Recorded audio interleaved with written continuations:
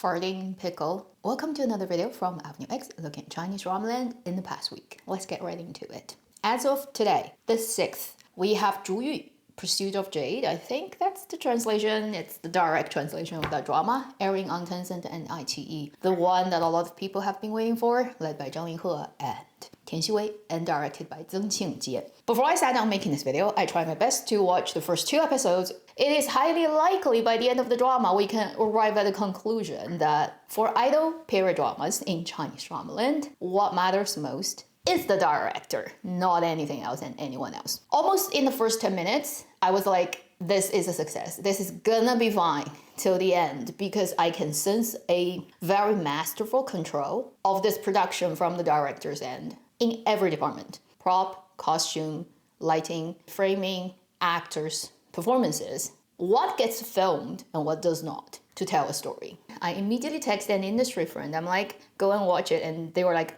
I'm watching. And we were both like, this is a proof that Blossom wasn't an accidental success. It was a success because the director really knows the shit. Even with Zhang Yinghe, who previously I just never really quite think he worked in period dramas. So far, he looks the best he's ever been in any period dramas, and nothing weird has happened yet, like in his performance, but it's only the first 2 episodes. And also Tian Xiwei, like everything about her in this drama is so much more making sense and better than her previous characters and performances in period dramas. Lucky them, the 2 actors, in terms of getting this director to do this drama. It would be more efficient than like 10 other dramas they could possibly do in the same genre with other directors. Although it's too early to say, I have a good feeling this drama is gonna also land very well. And one more thing is, if you have been playing Where Winds Meet, the game which I've been playing, the title sequence of this drama and then the first sequence, when it opens, you're gonna smile a lot because it will heavily remind you of a lot of symbols and a lot of things in the game. If Where Winds Meet ever wants to adapt its story to screen, I think this director is the best choice they could ever come across. Who knows? Be careful what you wish for. So I'm really happy and I really look forward to the rest of the drama, and if it really turns out to be a great one, then March 2026 potentially can be the best month for me of Chinese drama land of this year. And then tomorrow, 7th, we will have the Youku drama led by Tan Songyun air as scheduled. So once it happens, I will also go into it and see if it's worth watching. In terms of on-air and immediately gonna air dramas, those are the ones, but then we have a lot of dramas that have gone through censorship recently, pretty much from the end of February to now, that are all ready to air. In no particular order, first we have an iQIYI contemporary drama, 32 episodes, that is ready to air, called 灿如繁星.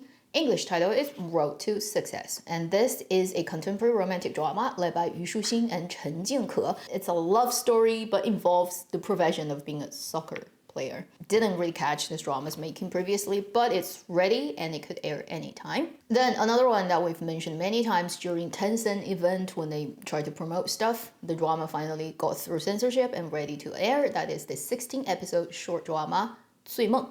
Dream. This is the kind of thriller drama that's directed by the female director Yang Yang and led by Liu Shishi, Hu Xianxu, Li Qing, Li Naiwen. One timeline happened in the past regarding a case that involves, I believe, the character played by Li Qing. And then, many years later, journalists try to find out something that happened in the past that will involve Liu Shishi and Hu Xianxu. That is ready. And when it airs, probably it will belong to the Tencent X dramas, similar to iQIYI's 迷雾剧场. We also have a period idol drama that has finished shooting for a while, finally getting through censorship. Right now, the episode count is 28 episodes, and that is the drama 雀谷. Key to the Phoenix Heart or Heart of Phoenix, led by Aimee and Hou Minhao. And until it comes out, it's kind of hard to guess what's gonna look like. Also, there is a drama that has just passed censorship and it's on iQIYI. It is a 80s, 90s type of drama that's really popular this year. Somehow, like everybody is doing it. And this is the 35 episodes 冬去春来, Live Up to Your Youth. And this is the same team that did 南来北往, which was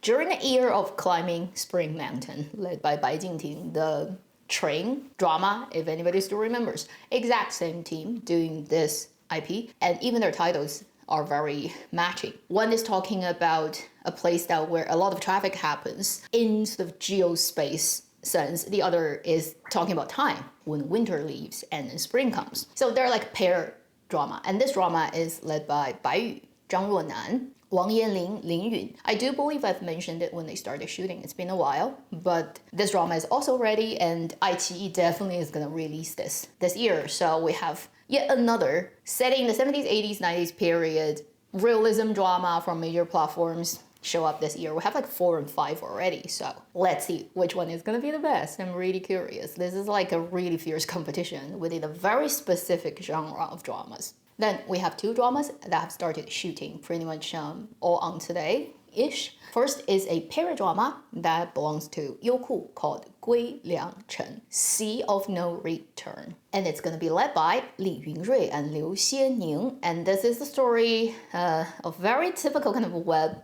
novel-ish setting. The female lead character is a princess of a kingdom, and the male lead is a prince, but the type of Fan Wang, which means they have their own kind of like zone under their control, and there's an emperor sits on top of the power structure, and this type of Fan Wang usually kind of is the king of their own region, and if they have military power, it can pose as a threat to the imperial ruling, and the princess will be from the imperial family, and somehow they were like smashed together kind of in the marriage, and both of them have ulterior motives, so it's like the type of political marriage alliance. So there's going to be a lot of politics, conflict, but then love stories too. Then the next one that has just started shooting yesterday was probably one of the most kind of like guarded, like secret drama before it even started. And before it held its ceremony and officially promoted, it actually didn't leak what is the roles apart from the male lead character and actor, like the rest of the cast are gonna play. And they kept it under wrap really well until the moment they opened the ceremony, they let people know. Feng Wu 9天, the Legend of Lu Xiaofeng. Lu Xiaofeng is a very famous character in wuxia novel tradition done by Gulong. Previously, the most famous iteration of Lu Xiaofeng would be, for example, Zhang Zhiling